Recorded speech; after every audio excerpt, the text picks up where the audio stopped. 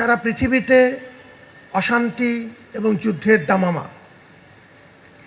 এই পরিপ্রেক্ষিতে আমাদের ঐক্য প্রয়োজন। যে ঘটনাগুলো, যে বিষয়গুলো, যে ইতিহাসগুলো আমাদেরকে জাতি হিসেবে, মানুষ হিসেবে একত্রিত করতে পারে, তার অন্যতম হচ্ছে আজকের এই জাতীয় পতাকা উত্তোলন দিবসের এই গৌরবোজ্জ্বল ইতিহাস এবং যে ঐতিহ্য, সেটি আমাদেরকে একত্রিত করতে পারে। একটা বড় সুযোগ জাতি হিসেবে একত্রিত হবার, একটা ছায়াতলে আসা। আমরা খুব সম্মানিত বোধ করছি যে আমাদের ডাকে অত্যন্ত আনন্দের সাথে সাড়া দিয়েছিলেন ওই সময়ের পতাকা উত্তোলনকারী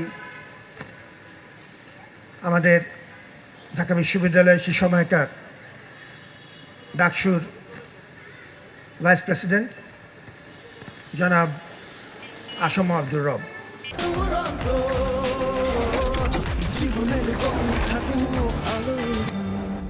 ঢাকা বিশ্ববিদ্যালয়ের ইতিহাস এবং এই জাতীয় মাইলফলকগুলো একই সূত্রে গ্রথিত। এটি জাতির প্রতিষ্ঠান হয়ে উঠেছে এই জাতীয় ঘটনাগুলোর মধ্য দিয়ে। সুতরাং এই জাতীয় আয়োজনগুলো চর্চার প্রয়োজন। আমরা যখনই সুযোগ আসবে, আজকে যেমন সুযোগ এসছে, আমাদের যুগে যুগে এদেশকে ভালোবেসে অন্যায়ের বিরুদ্ধে রুখে দাঁড়াতে যে যারা সর্বোচ্চ আত্মত্যাগ করেছেন, জীবন দিয়েছেন, আজকের এই দিনগুলো তাদেরকে স্মরণেরও মুহূর্ত। তাদের প্রতি কৃতজ্ঞতা জ্ঞাপন করা, তাদের জন্য দোয়া করা, এটিও জাতি হিসেবে আমাদের বড় দায়।